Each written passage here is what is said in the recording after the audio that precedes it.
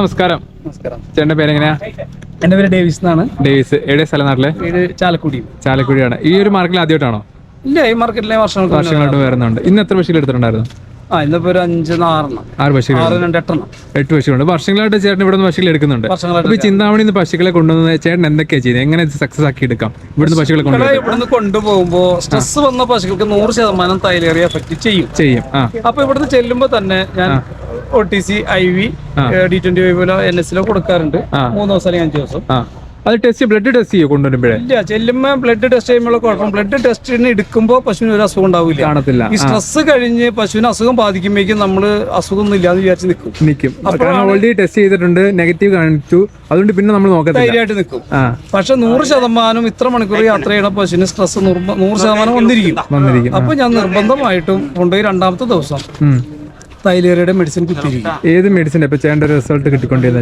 എനിക്ക് സുബിയോൺ ഇപ്പൊ തീരെ റിസൾട്ട് കിട്ടുന്നില്ല. ഇപ്പൊ റിസൾട്ട് കിട്ടുന്നത് ബൂട്ടാലക്സ് മെയ്ഡ് ഇൻ ജർമ്മനിയുടെ വന്നപ്പോ നല്ല റിസൾട്ട് ഉണ്ടായിരുന്നു. ഇപ്പൊ മെയ്ഡ് ഇൻ ജർമ്മനി കിട്ടാൻ സാധ്യത കുറവാണ്. ബൂട്ടാസൈഡ് എന്ന് പറഞ്ഞ മെഡിസിൻ ആണ് കിട്ടുന്നത്. എന്നാലും 30 ml ആവറേജ് ഹെൽത്തി ഉള്ള ഒരു പശുവിന് 30 ml സിംഗിൾ ഡോസ് കൊടുക്കുമ്പോൾ റിസൾട്ട് കിട്ടുന്നു. പിന്നെ അത് അഫക്ട് ചെയ്യാറില്ല. പിന്നെ എഫക്ട് ചെയ്യാറില്ല. പിന്നെ എന്തൊക്കെ അസുഖങ്ങൾ ഇവിടുന്ന് വരുന്ന പശുക്കൾക്ക്? ഈ തൈലേറി അനാപ്ലാസ്മയാണ് മെയിൻ ആയിട്ട് കണ്ടുവരുന്നത്. പിന്നെ ഫാസ്റ്റുള്ള സാധ്യത കൂടുതലാണ്. അതിന് സിംറ്റംസ് എന്തൊക്കെ കാണിക്കാറുണ്ട് ഈ പശു? ഒരു 15 ദിവസം കഴിഞ്ഞ് കഴിയുമ്പോൾ ഈ മെഡിസിൻ കഴിഞ്ഞിട്ട് 10 ദിവസം 15 ദിവസം കഴിഞ്ഞ് കഴിയുമ്പോൾ പശുവിന്റെ ബ്ലഡ് ടെസ്റ്റ് ചെയ്യുമ്പോഴാണ് നമുക്ക് പശുവിന്റെ യഥാർത്ഥ സ്വഭാവം മനസ്സിലാവും. കാരണം നമ്മൾ ഇവിടുന്ന് വന്ന അസുഖങ്ങളൊക്കെ മാറിയിട്ടുണ്ടാവണം. അത് മാറിയിട്ടില്ലെങ്കിൽ അടുത്ത ട്രീറ്റ്മെന്റ് പശുവിന് ചെയ്യേണ്ടി വരും. നമ്മൾ അസുഖം മാറി എന്ന് പറഞ്ഞ് 100% മെഡിസിൻ ചെയ്ത് കഴിഞ്ഞിട്ട് ഇരിക്കരുത്.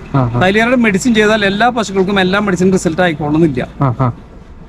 ചില പശുക്കൾക്ക് തൈലേറിയയുടെ ബൂട്ടാലക്സ് റിസൾട്ട് കാണിക്കുകയാണെങ്കിൽ ചിലത് തൈലോക്കോറായിരിക്കും റിസൾട്ട് കാണിക്കാം.